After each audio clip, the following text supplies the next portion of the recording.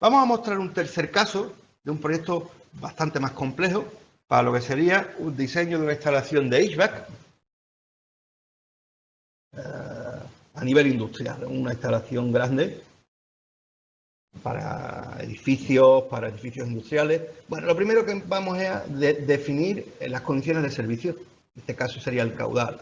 Si queremos una instalación que enfríe un volumen pequeño o un volumen muy grande. Tenemos 4 escalones y lógicamente eso afecta a la potencia de las máquinas. Una vez que seleccionamos ese escalón, lo primero es si las conexiones son embridadas o son roscadas. Y a partir de ahí pasamos a esta interface donde seleccionamos los grupos funcionales de nuestra máquina de HVAC. Comenzaremos por el primero, la ventana de entrada, la zona de entrada, y tendremos diferentes opciones. Como veis, se ve una previsualización de ese tipo de elemento, en este caso, de nuestra área de entrada, que puede ser por lamas o por lamas, sí, puede ser con un mallado, mediante una malla, con un poro. Bueno, pues cogemos que sea este con estas ventanas orientales, con estas lamas orientales, y tenemos si es manual o encima es automatizada, para que podamos hacer a controlar su apertura y su cierre de modo manual o no. Aquí aparece el icono ya de que hemos definido las condiciones de entrada. Bueno, pues seguimos. El paso siguiente es tipo de filtro. ¿Veis? Cada uno de esos grupos funcionales tienen su preview y sus diferentes opciones. Si tenemos un filtro engrasado, si queremos un filtro mediante un panel, si queremos que se vea o no se vea la ventana para controlar el estado del filtro. Bueno, un poco nos vamos a parar en la casuística de todas las opciones. ¿Veis? Se añade abajo, en la tira de abajo a la izquierda, el icono de filtro. Tercer punto, el intercambiador de calor. Podemos en este caso ponerlo de tubos y controlamos la longitud de esos tubos. Añadimos a nuestro layout, pasamos al ventilador, sigue el cuarto grupo funcional. Una vez que tenemos el ventilador, podemos dar los diámetros que tenga el ventilador y arriba, para controlar su disposición, su seguimiento, su vigilancia, su mantenimiento, en definitiva, pues si se ve o no se ve. Humidificador sería el quinto de los puntos. Aquí controlaré dónde va a ir situado respecto del módulo, en el frente, que a la derecha, que a la izquierda. Si quiero que se vea o no se vea esas ventanas de control. Y luego la longitud que tenga ese humidificador. Como veis, de un modo muy sencillo, muy intuitivo, se van configurando los grupos funcionales. Siguiente, por lo que será un poco el carenado, lo que será todo el recubrimiento de la unidad de calor. Queremos que lleve esas ventanas superiores o inferiores, se controla de modo separado, sí o no, si lleva o no lleva esas ventanas que se muestran. Si queremos que lleve una escalera de servicio, si la queremos, pues tenemos diferentes tipos.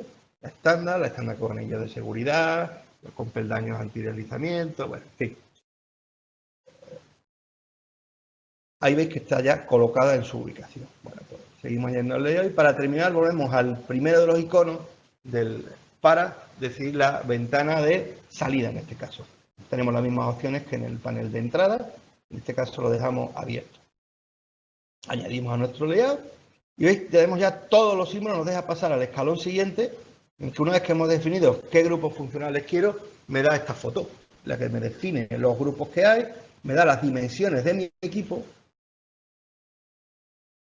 Tengo una opción de pedir la cantidad, cuántas máquinas de este tipo quiero, e incluso me indica abajo el estimado plazo de entrega. Puesto que como tenemos mucho más controlado todo lo que es el rediseño, pues evidentemente los plazos de entrega también serán bastante más cortos. Puesto que la documentación, una vez que terminemos el proyecto, ya está generada. De aquí a unos minutos ya estaría generada. Bueno, esto nos genera esta unidad. Aquí una vez más nos da un sumario, donde además también nos da la estimación en costes de esa máquina. Y por último, como hemos visto en los casos anteriores, pasamos a rellenar una ficha para recepcionar ese presupuesto y para tener la base de datos de clientes, etcétera, para estar comunicados entre cliente y proveedor. Es lo que estamos haciendo en este punto, donde se selecciona un poco la ficha del cliente y en un siguiente paso se seleccionan los datos del proveedor. se termina de rellenar esta ficha. Tampoco quiero cansaros. Y a partir de ahí, pues pasaríamos a lo que es la generación de nuestro proyecto.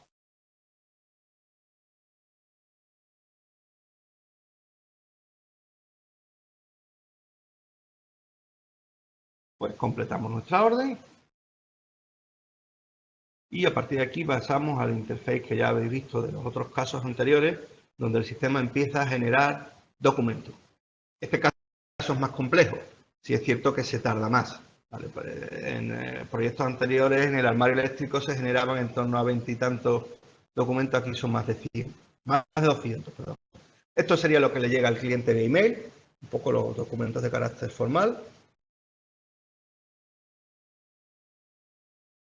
donde es una carta de presentación con los descriptivos del producto. Y a partir de aquí también lo que se puede lanzar es la generación, el recibir la información de cada uno de los componentes. Casos como este, donde el proyecto es más complejo, se da esa opción para que directamente quien tenga que recibir información administrativa no tenga por qué recibir todo este tipo de información visual de la generación de todos los elementos. Como veis, se generarían, como he dicho, más de 200 documentos. ¿Veis? Cada uno es completamente accesible visualmente, lo podría descargar. Esa es nuestra máquina completa en ese caso. Y a partir de ahí, una vez que están generados todos los documentos, tendría aquí en este caso todos los documentos en JPG y todos los planos en PDF. Con lo cual aquí sí tendría yo, sí sería accesible el know-how, todos los datos de fabricación, puesto que todos los planos, toda la colección de planos estaría disponible aquí para que se pudiera ser descargada directamente. Eso es configurable, cada compañía tendrá sus requerimientos.